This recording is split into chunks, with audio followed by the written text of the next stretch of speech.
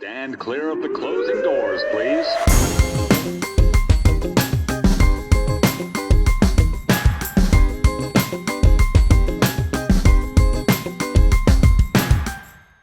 What up, son? What up? Louie Max, Grind&Pivot. Happy and healthy new year. Let's get 2021 started. Before cardboard fans showed up, Aziz Ansari and Master of None invaded the world's most famous arena, and we were invited to the party.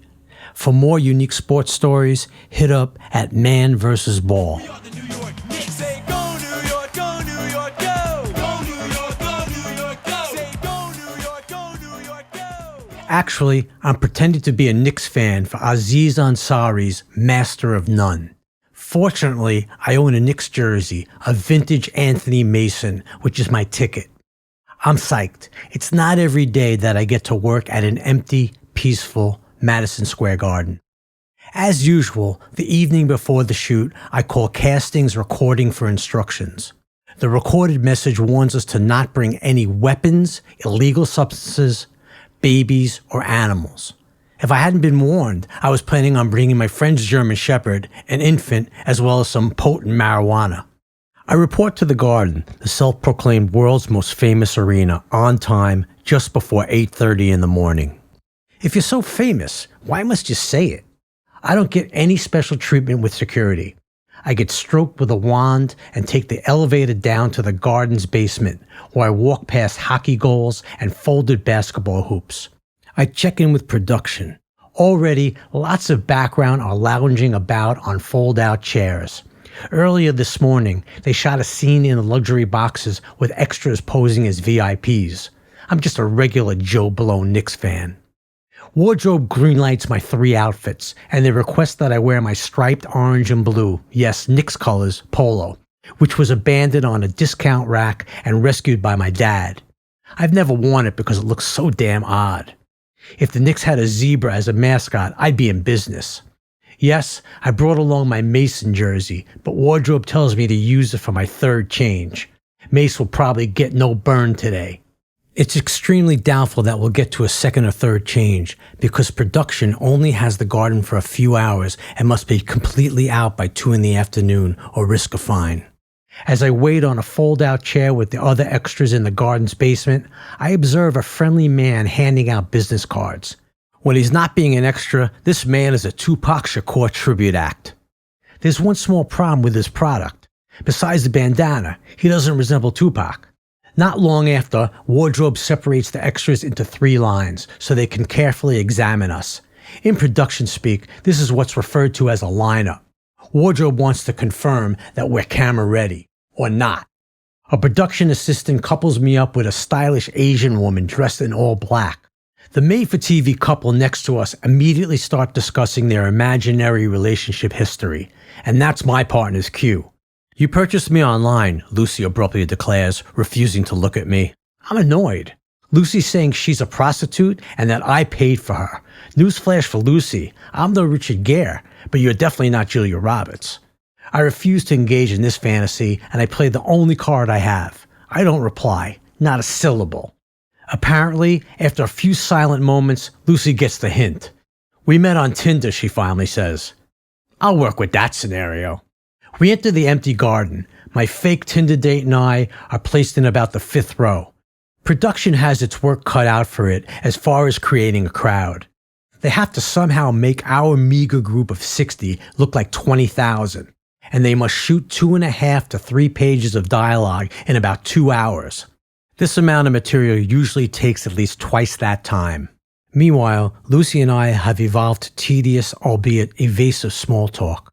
I am certain about one thing regarding Lucy. She doesn't want me to know her age. I'm not complaining. At least the back and forth is cordial. Just as we're finding a rhythm, a production assistant orders me to sit up front or I'll be close to Aziz.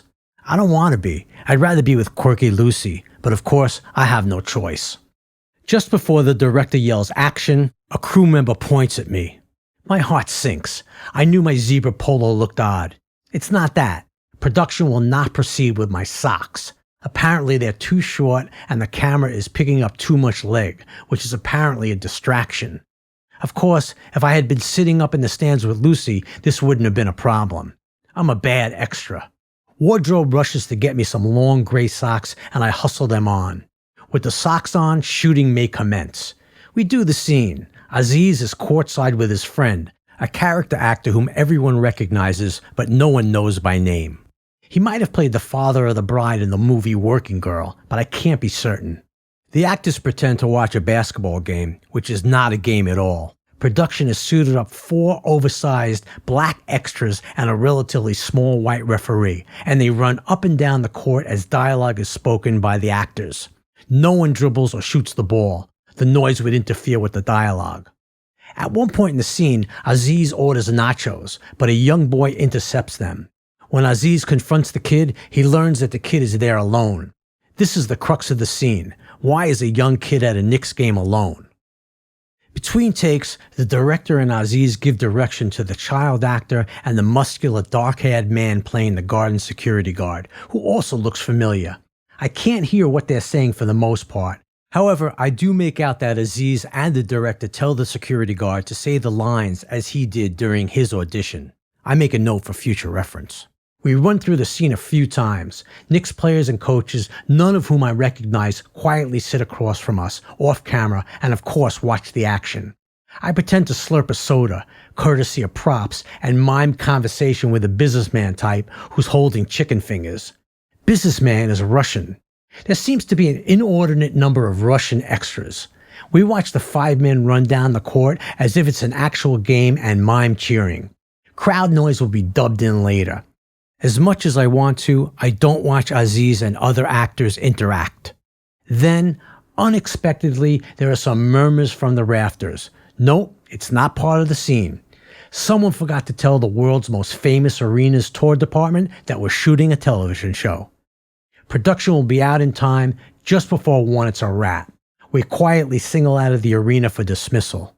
No, I will not watch my scene. In that way, I'm like Adam Driver from Girls, who doesn't watch his work either.